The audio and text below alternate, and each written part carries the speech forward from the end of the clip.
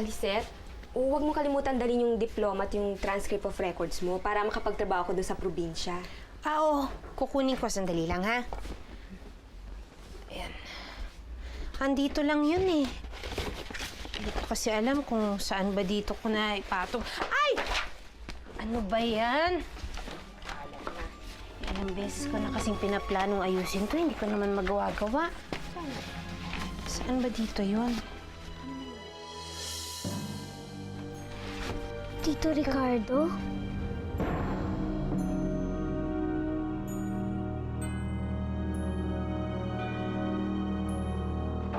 Ma? Are you okay? I'm okay. I'm okay. Well, I just want to say good morning. Good morning. And also, I want to say sorry dun sa mga nasabi ko at nagawa ko kagabi. Alam ko nasaktan ka, Ma, and I'm really sorry. Oh, my son. I'm sorry too. Sana mapatawad mo ako sa nagawa ko kagabi. I was so cruel to that sweet, poor little girl. Forget about it. Basta wag na lang sana maulit, okay?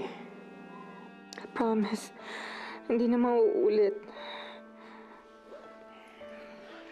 At babawi ako kay Charming. Pangako.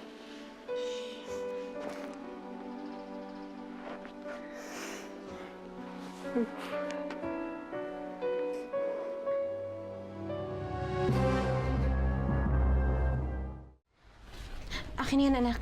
Yung diary. Pati ito. Bakit Tito Ricardo ang tawag mo sa lalaking to? Kilala mo siya? Siya pong Tito Ricardo ko. Kapatid po siya ng daddy. Nasa Amerika po siya. Ikaw, bakit ka may picture niya?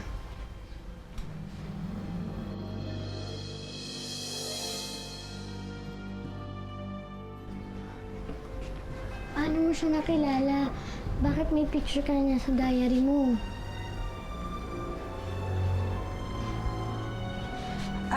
Bonnie, makikisuyo naman, oh.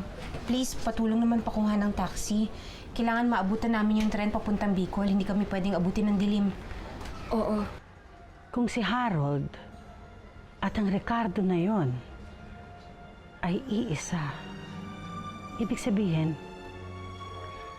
di sa Avedra si Princess. Di sa Avedra ang apo ko. Hoy, pangit! Ako magdidilig niyan. Doon ka sa kusina. Dali! Tulungan mo si Delia. Akin na! Ay! Tanga kang bata ka, ha? Kakaligo ka pa lang, ha? Bakit binasa? Iinagaw niya po kasi kaagad eh. Tapos sumasagot ka pa, ha? Hoy, huwag kang pa-spoil dito, ha? Hindi porke aliw na aliw sa'yo si Enrico at saka si Mabel, uubra ka sa akin, bugbog ka sa akin yung bata. Sofia, ano ba? Bitawan mo si Charming! Ang liit-liit na bata, pinapatulan mo? Aba, talaga nakahanap ka ng kakampi, ha? Hoy, sino ka, ha? Sampit ka lang dito, ha? Wala kang pakialam kung ano man ang gusto kong gawin sa negrang to. Baka ikaw ang samayin sa akin, hindi lang bata pinapatulan ko, pati matanda rin. Ha? Talaga?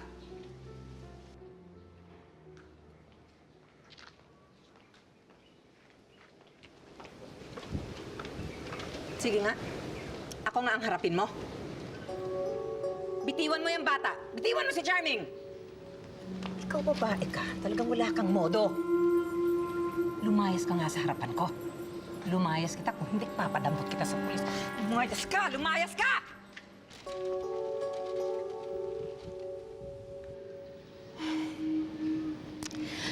Charming, alam ko takot ka sa akin. Pero, alam mo, pinagalitan ako ng daddy mo. Kaya, pinagsisisihan ko na yung ginawa ko sa'yo. Sorry, ha? Mapapatawad mo ba ako? Opo, basta promise niyo po sa akin, huwag niyo na po uli ang papatayin. Hindi na. Tsaka, naisip ko, talaga naman dapat katang ituring na tunay na apo kasi mahal na mahal ka ng daddy at mami mo. At mula ngayon, pwede mo na akong tawagin Lola Amparo. Oh? Oo. Sige na, huwag ka nang mahiya. Alam ko na, para matuwa ka.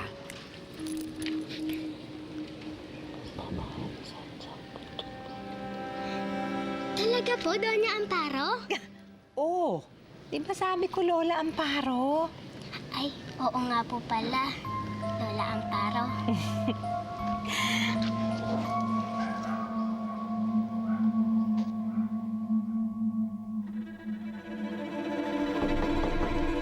Sandali!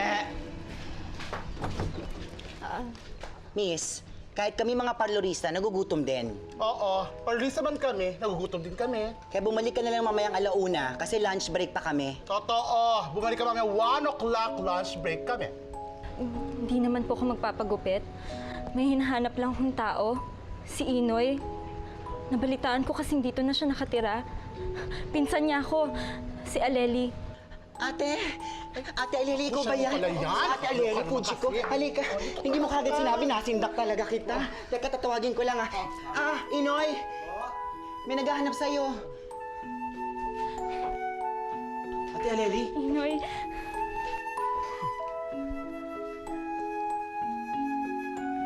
Kamusta ka na? mabuti naman ako. Galing akong probinsya. Pagdating ko dito, balitaan ko wala na rin si Kuya Ronald. Totoo ba yun, Inoy? Oo, ate. Wala na si Kuya. Nailibing na siya.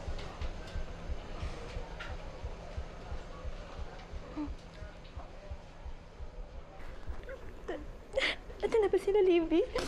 Si Vanessa? Oo, ate. Ang lalaki niyo na. Si Charming. Nasaan si Charming? Kasi ate, medyo kapos kami ngayon eh. Kaya namasukan mo na silang katulong dun sa De Saavedra Mansion. Dun sa pinapasukan mo dati. Kailangan nating puntahan si Charming. Baka kung ano mangyari doon. Inoy, baka kung ano mangyari kay Charming. Teka, bakit? Tanggap naman siya dun Tsaka yung mag-asawa, si Eddie tsaka si Mabel. Tuwan-tuwa sa kanya. Inoy, mamaya ko na lang ipapaliwanag sa'yo, ha? Basta puntahan natin si Charming. Ngayon na. Dito lang kayo. Salamat, ha? Ingat kayo, ha? Sige.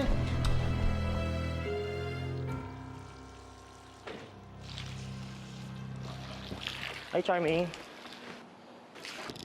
Hello po. Ano, Charming? Magandang balita ako sa'yo. Nakita na namin ang tunay na nanay mo. Po, talaga po? Nahanap niyo na ang nanay ko? Sabi na nga ba ni Lola Amparo may dadating sa akin surprise. Tama siya. Kaya sumama ka na sa akin para isurpresa natin ang nanay mo. Gusto ko na niya makita. Sandali lang po, magpapaalam po ako kay Mami Mabel. Charming! Charming, sandali! Charming, kahit hindi ka na magpaalam sa Mami Mabel mo. Kasi pag nagpaalam ka ngayon, hindi alam niya na kung anong mangyayari. Tsaka kailangan natin umalis eh. Baka hindi makapagantay yung nanay mo, iwan ka na naman. Halika na. Sige na nga po, halika na.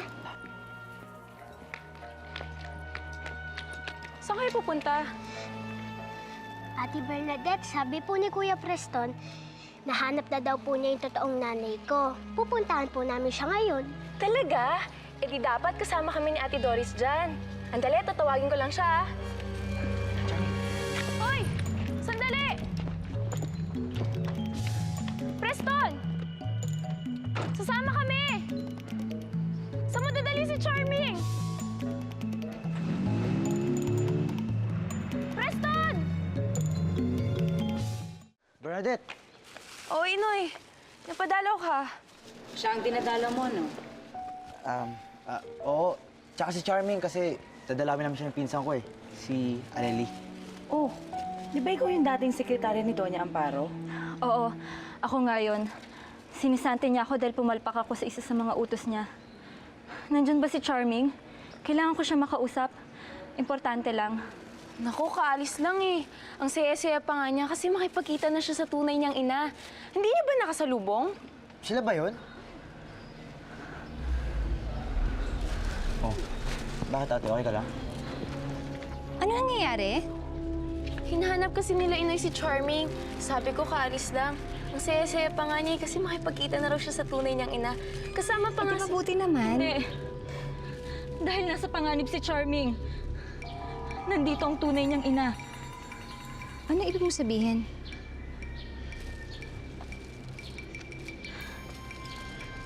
Ang tunay na ina ni Charming.